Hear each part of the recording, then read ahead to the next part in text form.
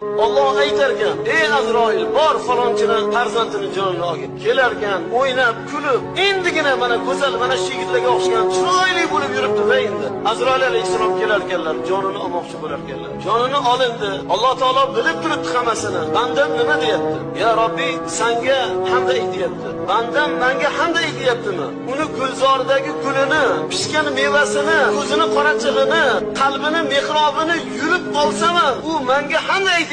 Hamd aytyapti Robbim. Senga shukr aytyapti. O'zing berding, o'zing olding deb rozilar. Biz qazoyi qadarga rozimiz ey Alloh deyapti. Alloh aytarkan, guvoh bo'linglar. Bu bandalarimning gunohini kechirdim. Bu bandalarimning gunohini mag'firat qildim, guvoh bo'linglar. Farzandini musibatiga, sinoviga, o'limiga sabr qilganligi uchun, bizga shikoyat qilmaganligi uchun, rozi bo'lganligi uchun bu bandalarimizdan biz rozimiz. Jannatda bularning koshonasi, qasri alohida bo'lib tursin.